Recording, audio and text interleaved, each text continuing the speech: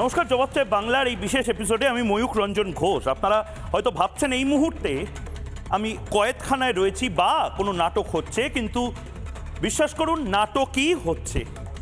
নাটক হচ্ছে ওদের সাথে। ওকে এই মুহূর্তে আমি একবার যদি সামনে নিয়ে আসি, ওকে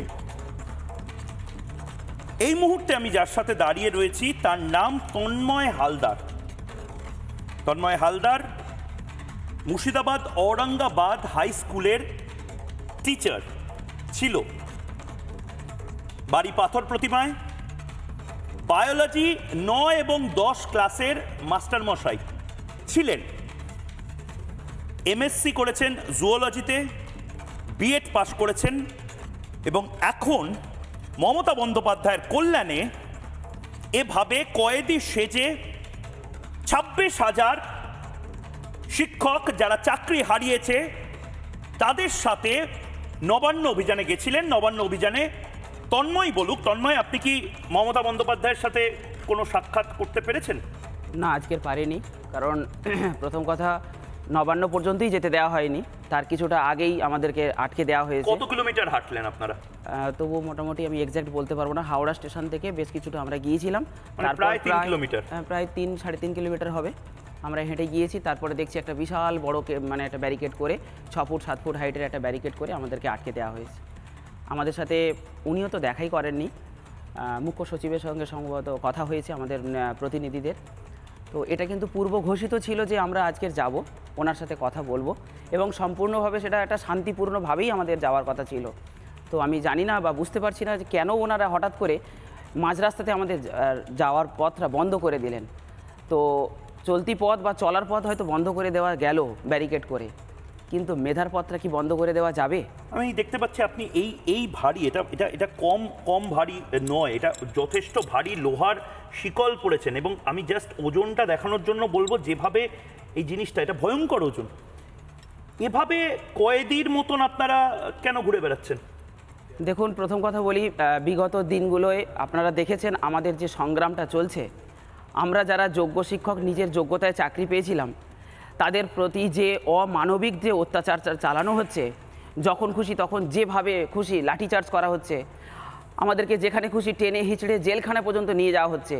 তো এখান থেকে আমার মনে হয়েছে যে একজন আসামি বা একজন কয়েদির ক্ষেত্রে হয়তো এরকম ব্যবহার হতে পারে, কিন্তু আমার যে স্বপ্নটা ছিল, আমি যে স্বপ্ন নিয়ে শিক্ষকতার যোগ্যতা এসেছিলাম, শিক্ষকতার পেশায় এসেছিলাম, আমি কখনো ভাবিনি যে আমার সেই স্বপ্নটাকে এভাবে রাস্তার ধুলোয় মিশিয়ে দেওয়া হবে, একজন কয়েদির মতো করে তার সাথে আচরণ করা হবে। এটা আমার একদম ভাবনার অতীত, আমার স্বপ্নের অতীত। এটা আমি কোনোদিন কল্পনাও করতে পারি না যে আমার ছাত্ররা তারা আমাকে দেখে বলছে যে স্যার আপনি কেন এইরকম একটা ছদ্মবেশে ঘুরে বেড়াচ্ছেন দিনের পর দিন, কখনো ললিপপ গলায়, কখনো মানে জঞ্জাল নিয়ে ঘুরে বেড়াচ্ছেন, কখনো একটা লক্ষ্মীর ভাণ্ডার নিয়ে ঘুরে বেড়াচ্ছেন। প্রত্যেকটা বেশে আপনার একটা মানে এই ধরনের আচরণ কেন বা এই ধরনের রূপ কেন? আমি একজন যোগ্য শিক্ষক, আমি আজকে নির্দোষ একটা কয়েদি বলতে পারি, যেহেতু কয়েদির একটা ড্রেস পরেছি, কিন্তু আমি তো কোনো দোষ করিনি। আমার কার দোষের সাজা আমাকে নিতে হচ্ছে? আমার বাচ্চাটা আমাকে বলছে যে বাবা তুমি সাবধানে যাবে, যে কোনো আন্দোলনে যাও, তুমি সাবধানে যাবে, পুলিশ যেন তোমাকে না মারে। আমার বাবা মা, আমার বাড়ির আমার সমস্ত পরিবার তারা দেখছে, তারা বলছে আমাকে যে এটা কি আমাদের প্রাপ্য? আমরা যারা নিজের যোগ্যতায় চাকরি পেলাম, যে যোগ্যতার নিজের সম্মানটাকে পেয়েছিলাম, আজকের সেই সম্মানটাকে ধুলোয় মিশিয়ে দেওয়া হলো কয়েকটা সেকেন্ডের মধ্যে, কিছু রাজনীতির মধ্যে দিয়ে, কিছু অরাজকতার মধ্যে দিয়ে। কেন? এগুলো কিসের? এগুলো তো আমাদের প্রাপ্য ছিল না। আমরা তো এরকম কোনো স্বপ্ন দেখিনি যে একটা শিক্ষকতা করব বলে স্বপ্ন দেখেছিলাম, স্কুল চক ডাস্টার নিয়ে ছাত্রদেরকে শিক্ষা দেব এবং আমি যা শিখেছি ছোট থেকে সেগুলো বাচ্চাদেরকে শিক্ষা দেব। আপনি জুলজির টিচার? আমি জুলজির টিচার। মানে ভাবুন, দর্শকদেরকে বলছি, আপনার বাড়ির কারোর সঙ্গে যেন তন্ময় হালদারের মতন পরিস্থিতি পরিবেশ তৈরি না হয়। আজকে মজা লুটুন। তন্ময় হালদারের মতন টিচাররা, রজত হালদারের মতন টিচাররা, তারা আজ কয়েদি ড্রেসে, এরা শিক্ষক।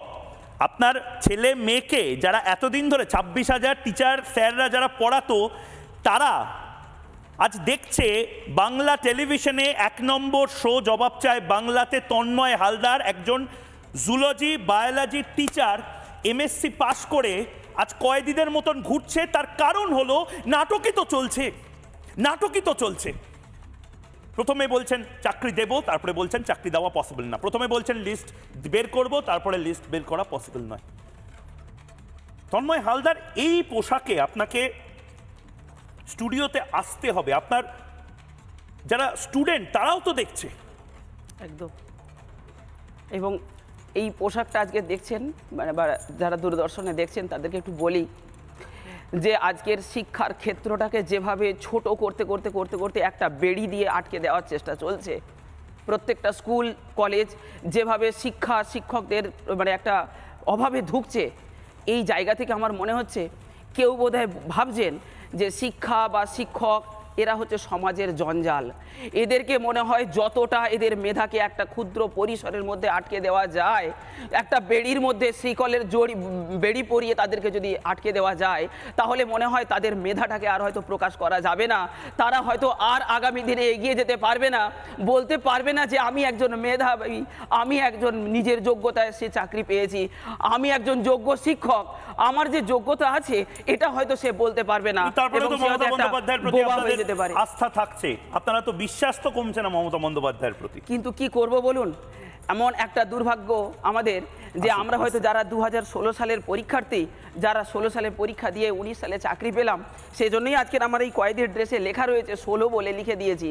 মানে প্রত্যেকটা কয়েদি, এটা 2016-র একটা আমি নাম্বার, জাস্ট একটা নাম্বার মাত্র দিয়েছি, 16 সালের একটা হিসাব দেখিয়েছি যে এই 16 সালের যারা আমরা পরীক্ষার্থী ছিলাম তারাই মনে হয় এই প্রজন্মের একটা বড় বড় নির্দোষ একটা আসামির আজকের পরিচয় দিচ্ছি।